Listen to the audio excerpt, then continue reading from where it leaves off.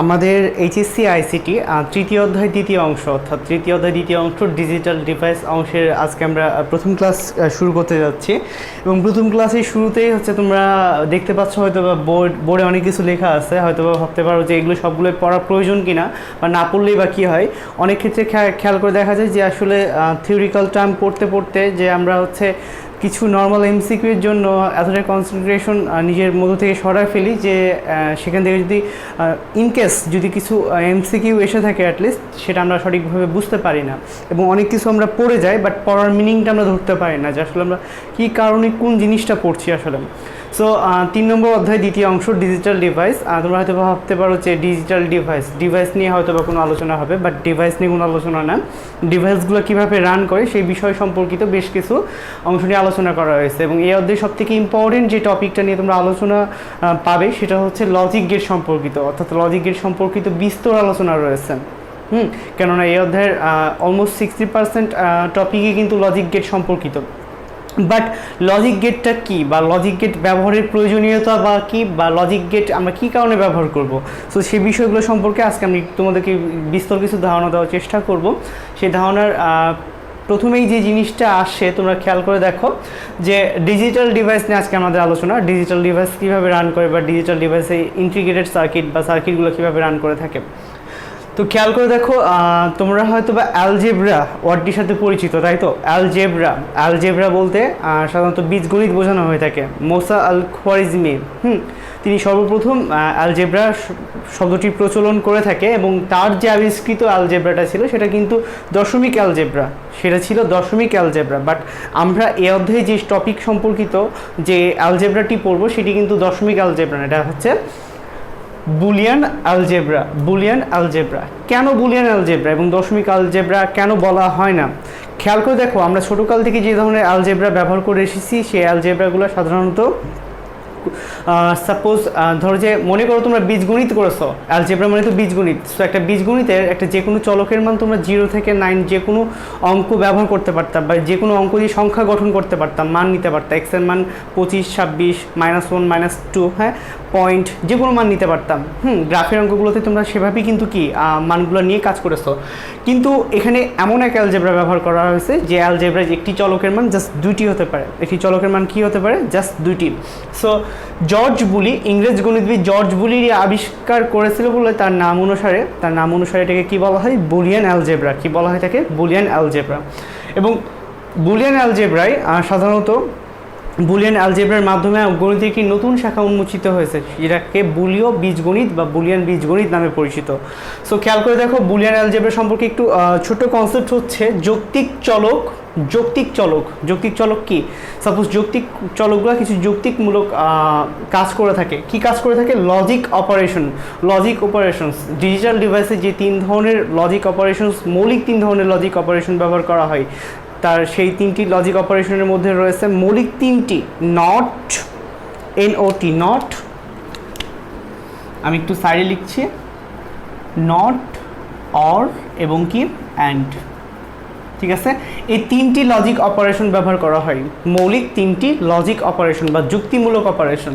So যৌক্তিক চলক কিছু নির্দিষ্ট চলকের নির্দিষ্ট মানের ভিত্তিতে, চলক তুমি XYZ বা যে কোনো কিছু নিতে পারো, বাট চলকের মানটা ফিক্স থাকবে। চলকের মান হয় 0 নিতে পারবা নয়তো 1। কেন সেটা ব্যাখ্যা করছি। এবং লজিক অপারেশন সমূহের লজিক অপারেশন কি? নট গেট, অর গেট এবং অ্যান্ড গেট।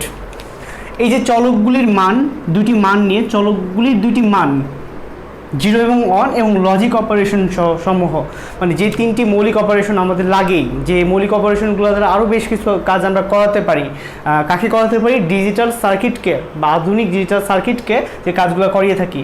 সো যৌক্তিক চলক এবং লজিক অপারেশনের সমন্বয়ে উন্মোচিত গণিতের একটি শাখা। এই বুলিয়ান অ্যালজেব্রা কিন্তু গণিতের একটি শাখা, বাট কি এটা দশমিক অ্যালজেব্রা না। সাধারণ বীজগণিতের মতো না।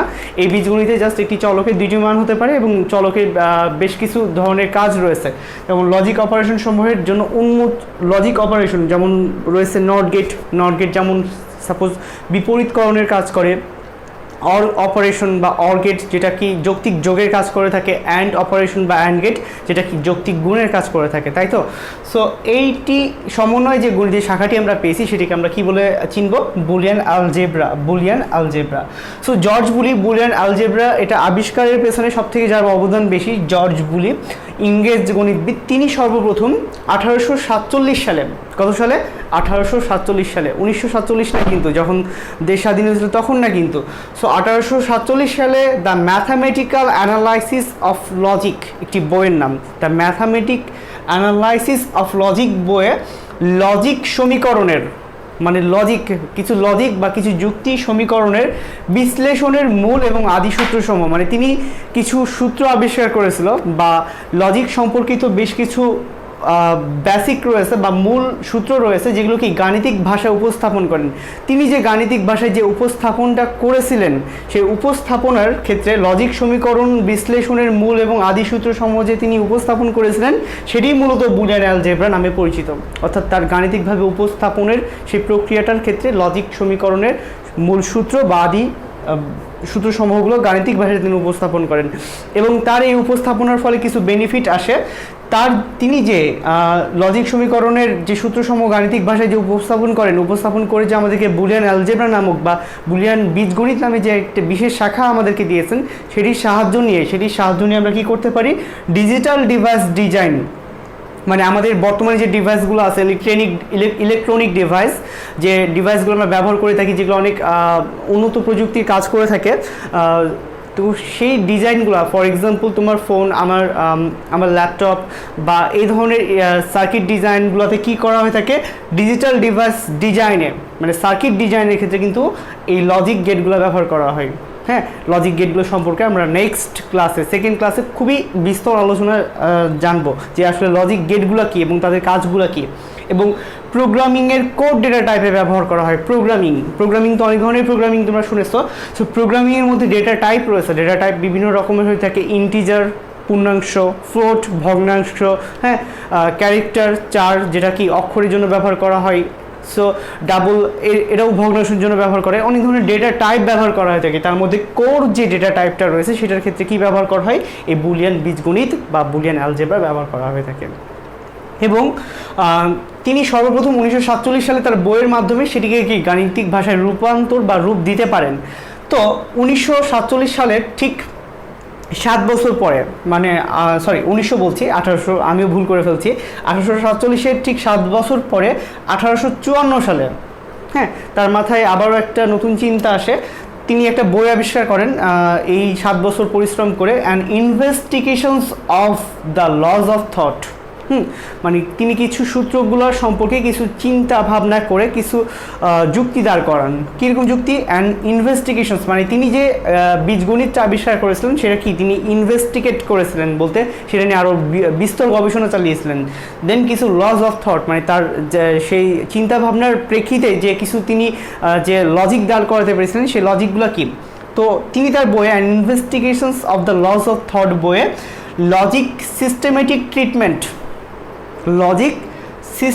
ট্রিটমেন্ট নিয়ে যে ধারণাটা দেয়, তিনি তার লজিক সিস্টেমেটিক ট্রিটমেন্ট নিয়ে যে ধারণাটা দেয় তাই আমাদের কাছে কি বুলিয়ান বীজগণিত নামে পরিচিত। বুলিয়ান বীজগণিত, যেখানে একটি চলক ধরা হয় এবং চলকের দুইটি মান 0 বা 1, যেটা আমরা বাইনারিতে ব্যবহার করে থাকি।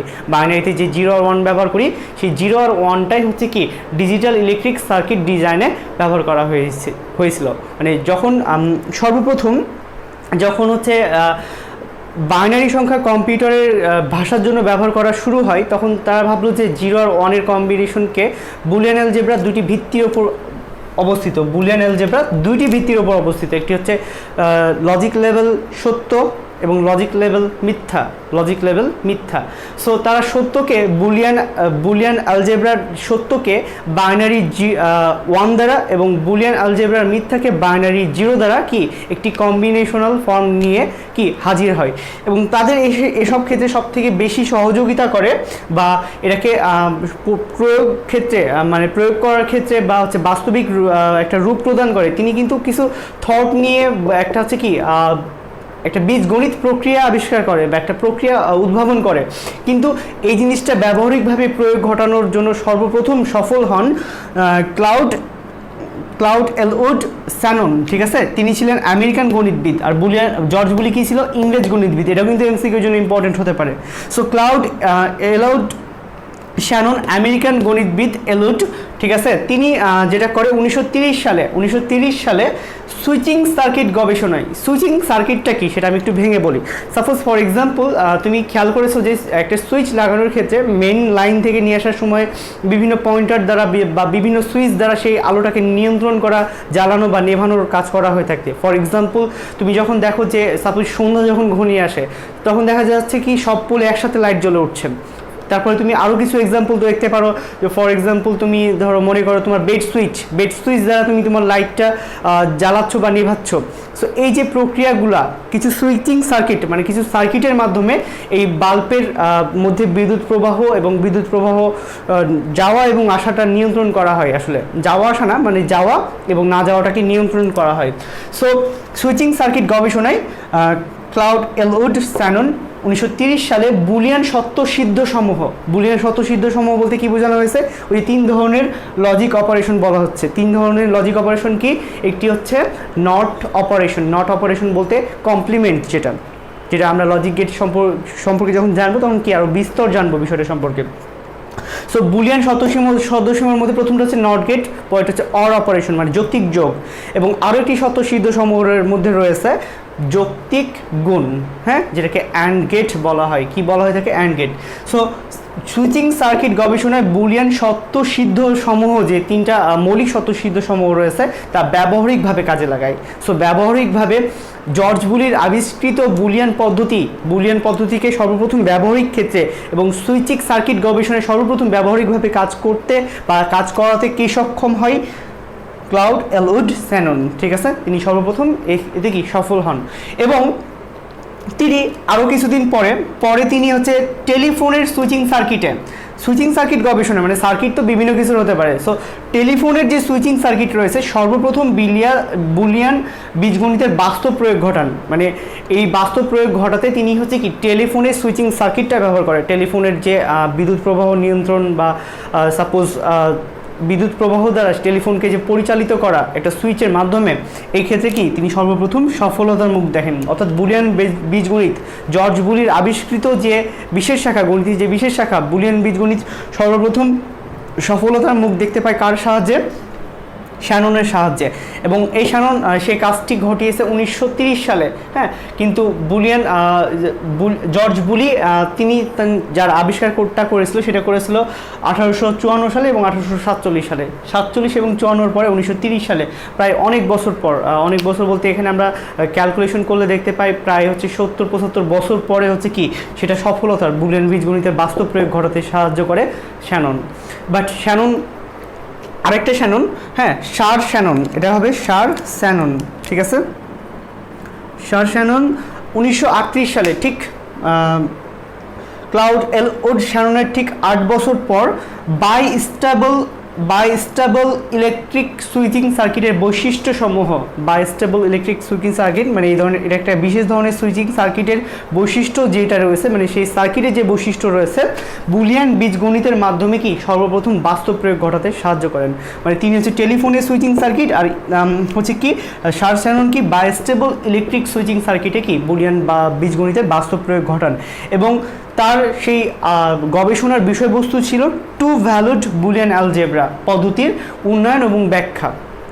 তার গবেষণার বিষয়বস্তু ছিল টু ভ্যালুড বুলিয়ান অ্যালজেব্রা, মানে টু ভ্যালুড মানে বাইস্টেবল, টু বলতে বাই এবং ভ্যালুড বলতে স্টেবল, এবং বুলিয়ান অ্যালজেব্রা এই পদ্ধতির উন্নয়ন এবং ব্যাখ্যা করতে গিয়ে তিনি কি বাইস্টেবল ইলেকট্রিক সুইচিং সার্কিটে আবারও বুলিয়ান বীজগণিতের কি প্রয়োগ ঘটাতে সক্ষম হন। সো তারা পর্যায়ক্রমিকভাবে বিভিন্ন গবেষণা হয়েছে বুলিয়ান অ্যালজেব্রা।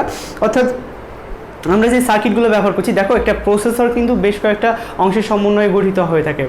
প্রসেসরের যে পার্টগুলো রয়েছে, পার্টগুলোর মধ্যে তোমার রয়েছে ALU, হ্যাঁ, অ্যারিথমেটিক লজিক ইউনিট, হ্যাঁ, গাণিতিক প্রক্রিয়াকরণের অংশগুলো সেখানেই ঘটে থাকে।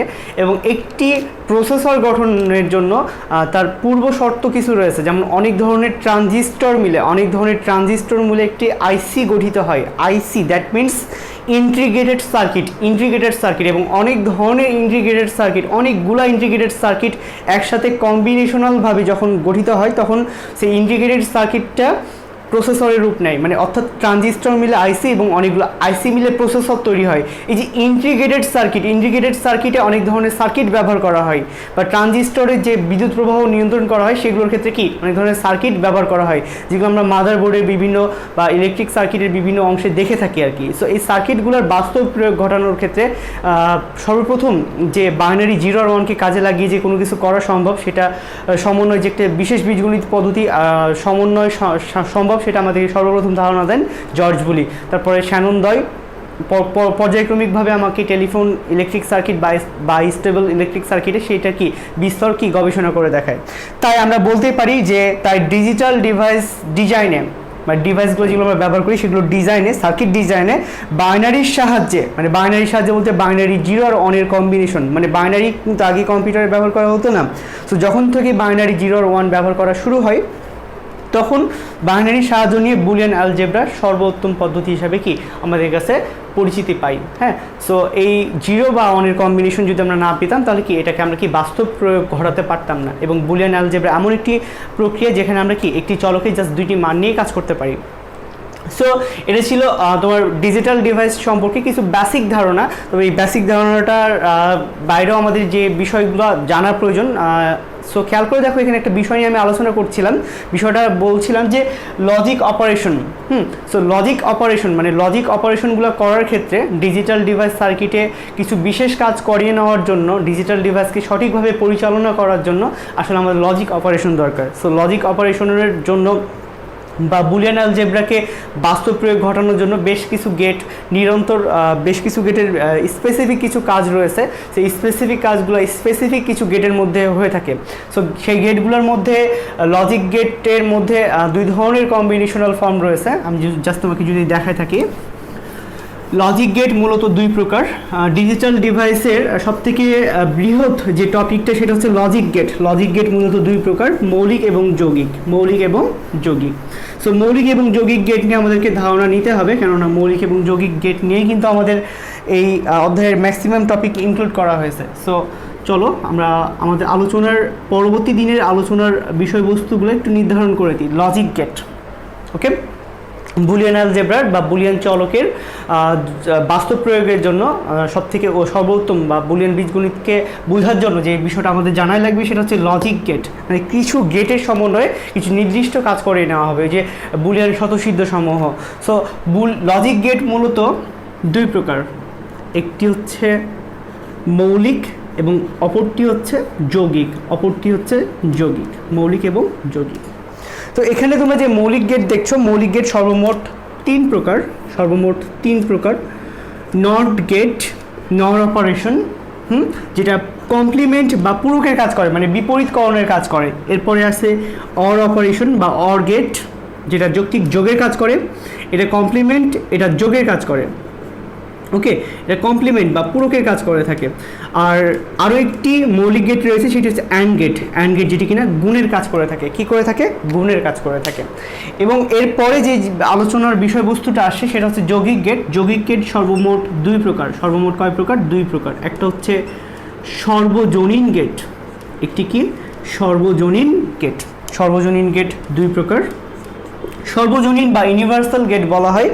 এদেরকে ইউনিভার্সাল গেট বলা হয় এই কারণেই, কেননা এই সকল গেট দ্বারা সর্বজনীন গেট যে দুইটি রয়েছে, নর গেট এবং কি ন্যান্ড গেট, নর এবং ন্যান্ড, এই গেট দ্বারা বাকি সকল গেটকে বাস্তবায়ন সম্ভব।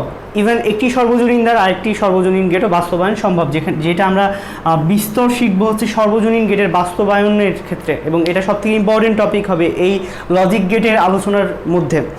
এবং খেয়াল করে দেখো, যৌগিক গেট সর্বমোট দুই প্রকার। একটি হচ্ছে সর্বজনীন গেট এবং আরেকটি হচ্ছে বিশেষ গেট। কি গেট? বিশেষ গেট আবার দুই প্রকার, এক্সর গেট এবং কি XNOR gate. So logic gate মৌলিক এবং যৌগিক। মৌলিক যে তিনটি রয়েছে এগুলোকেই বুলিয়ান স্বতঃসিদ্ধ বলা হয়, যেগুলো লজিক অপারেশনের সমূহের ক্ষেত্রে ব্যবহার করা হয়ে থাকে বা ডিজিটাল ইলেকট্রনিক সার্কিট ডিজাইনের ক্ষেত্রে বিভিন্ন ধরনের গেট ব্যবহার করা হয়ে থাকে। আসলে সবগুলোর গেটই ব্যবহার করা হয়ে থাকে, মানে প্রয়োজন মোতাবেক এক একটা গেট এক একটা সময় ব্যবহার করা হয়। এবং তোমরা যখন সার্কিট ডিজাইন দেখবা, ইলেকট্রিক সার্কিট ডিজাইন দেখবা, ইলেকট্রিক সার্কিট ডিজাইন দেখলে তুমি বুঝতে পারবা আসলে কোন গেটটা কোন সার্কিট ডিজাইনের ক্ষেত্রে ব্যবহার করা হয়ে থাকে। যেমন আমি তো বলে দিলাম বেড সুইচের যে উদাহরণটা দিলাম, বেড সুইচের যে সার্কিটের ডিজাইনটা দিলাম, সেই সার্কিটের ডিজাইনটা হচ্ছে তোমার মূলত অ্যান্ড গেটের ক্ষেত্রে ব্যবহার করা হয়ে থাকে। তারপরে তোমরা যে বিভিন্ন ধরনের সার্কিট দেখো, সেই সার্কিটগুলো এক এক রকমের কাজ করে থাকে। তো খেয়াল করে দেখো, লজিক গেট মূলত দুই প্রকার, মৌলিক এবং যৌগিক। মৌলিক গেট তিন প্রকার, not gate, or gate, and gate. এবং যৌগিক গেট দুই প্রকার, সর্বজনীন এবং বিশেষ। সর্বজনীন দুই প্রকার, নন ন্যান্ড, এবং বিশেষ হচ্ছে দুই প্রকার, এক্সঅর গেট এবং কি এক্সনর গেট। সো এই লজিক গেট টপিক সম্পর্কিত আমরা নেক্সট 4-5 দিন শিখব। প্রত্যেকটা গেটেরই আমরা 7টি অংশ নিয়ে জানবো। কয়টি অংশ নিয়ে আমরা বিস্তার জানবো? 7টি। প্রথমত তাদের প্রতীক নিয়ে জানবো, প্রতিটি গেটেরই প্রতীক নিয়ে আমরা বিস্তর জানবো। তারপরে জানবো ট্রুথ টেবিল, প্রত্যেকটি গেটের, এই যে প্রত্যেকটি গেট অর্থাৎ 1, 2, 3, 4, 5, 6, 7, 7টি যে গেট রয়েছে না, 7টি গেটেরই ট্রুথ টেবিল। এর অপর নাম রয়েছে, এর অপর নাম হচ্ছে সত্যক সারণী। সত্যক সারণী সম্পর্কে জানবো। হ্যাঁ, এরপরে যে জিনিসটি নিয়ে জানবো সেটা হচ্ছে কি, লজিক। ট্রুথ টেবিল থেকে কিন্তু লজিক ফাংশন বের করা যায়, এটা অনেকেই জানে না। তো তোমরা এটাকে আমি খুব সহজভাবে বুঝাই দিব, লজিক ফাংশন। সো লজিক ফাংশনকে অনেক সময় সরলীকরণ করা যায়। কি করা যায়? সরলীকরণ, অর্থাৎ ছোট করা যায়। ঠিক আছে, মানে সাপোজ সরলকরণেই তোমরা 9-10-এ ঠিক সেরকমই সরলীকরণটা। এবং লজিক ফাংশন থেকে, লজিক ফাংশনটা যদি একটু গেটের থেকে আলাদা হয়, তাহলে লজিক ফাংশন থেকে, যে কোনো লজিক ফাংশন থেকে লজিক সার্কিট তৈরি করা যায়। সো এই অধ্যায়ের আরও একটি টপিক রয়েছে, লজিক ফাংশন টু সার্কিট বা সার্কিট টু ফাংশন। তো এই ফাংশন টু সার্কিট বা সার্কিট টু ফাংশনে কিছু ধারণা আমরা গেটগুলো সলভ করতে গিয়ে পেয়ে যাব। এবং এরপরে আমাদের 1, 2, 3, 4, 5টি বিষয় হলো। এরপরে যে জিনিসগুলো আসে সেটা হচ্ছে কি, ইলেকট্রিক সার্কিট। ইলেকট্রিক সার্কিট বা বৈদ্যুতিক বর্তনী। ইলেকট্রিক সার্কিট বা বৈদ্যুতিক বর্তনী, মানে বর্তনীগুলো কীরকম হয়ে থাকে, কোন গেটের বর্তনী কেমন হয়ে থাকে, গেটগুলো আচরণ কি, কোন ইনপুট দিলে কোন আউটপুট দিলে, কোন ইনপুট দিলে কী ধরনের আউটপুট বের হয়, সেই জিনিসগুলো। এবং সবার শেষে যে জিনিসটা সম্পর্কে জানবা সেটা হচ্ছে digital wave. Digital wave, digital wave সম্পর্কিত বিস্তর জানবা। সো আমরা এই যে 7 ধরনের গেট দেখছো, 7 ধরনের গেট সম্পর্কে, প্রত্যেকটা গেটের সম্পর্কে আমরা এই 7টি বিষয় সম্পর্কে জানবো। প্রথমত তাদের প্রতীক, ট্রুথ টেবিল, লজিক ফাংশন, সরলীকরণ, লজিক সার্কিট, ইলেকট্রিক সার্কিট এবং কি ডিজিটাল ওয়েভ। সো নেক্সট ক্লাসে আমরা হচ্ছে প্রত্যেকটি গেটের এই যে আলোচনাগুলো নিয়ে আমরা বিস্তর জানবো। এবং বুলিয়ান অ্যালজেব্রার যে অংশটুকু তোমাদেরকে আমি জাস্ট সাধারণ আলোচনা করলাম, সেই অংশটুকু তোমরা হোপফুলি বা বই থেকে পড়বা, কেননা এমসিকিউর জন্য এটা ইম্পর্টেন্ট। এবং তোমার প্রশ্ন আসতে পারে, জর্জ বুলি কোন দেশের গণিতবিদ ছিলেন, বা হচ্ছে তোমার ক্লাউড এলউড স্যানন যে রয়েছে তিনি কোন দেশের গণিতবিদ ছিলেন। হ্যাঁ, তিনি ছিলেন আমেরিকার, এবং জর্জ বুলি ছিল ইংরেজ গণিতবিদ। হ্যাঁ, আমেরিকা এবং ইংরেজ, এই বিষয়টা আসলে অনেকের মধ্যে ধোঁয়াশা থাকে, আমেরিকা এবং ইংরেজ আসলে এই বিষয়টা কি। সো তোমাদেরকে যখন আমি যুক্তরাষ্ট্র এবং যুক্তরাজ্যের সম্পর্কে একটা ধারণা দেওয়ার চেষ্টা করব, যদি এটা হচ্ছে সাধারণ জ্ঞানের ক্লাসে চলে যায়, সো সেই জিনিসটা সম্পর্কে আমি কি সেই জিনিসটা ক্লাস নেওয়ার সময় কি আমি এক্সট্রা তোমাদের বিষয়টা বুঝাই দিব। সো আজকে এ পর্যন্তই। লজিক গেটের আলোচনা নিয়ে নেক্সট দিন আমরা আসছি, সেই দিন আমরা আগামীকালকে ইনশাল্লাহ আমরা লজিক গেটের প্রতীক এবং ট্রুথ টেবিল নিয়ে হোপফুলি কিছু ধারণা দিতে পারবো প্রত্যেকটি গেটেরই। তো আজকে এ পর্যন্তই, সবাই ভালো থাকবা, সুস্থ থাকবা, আল্লাহ হাফেজ।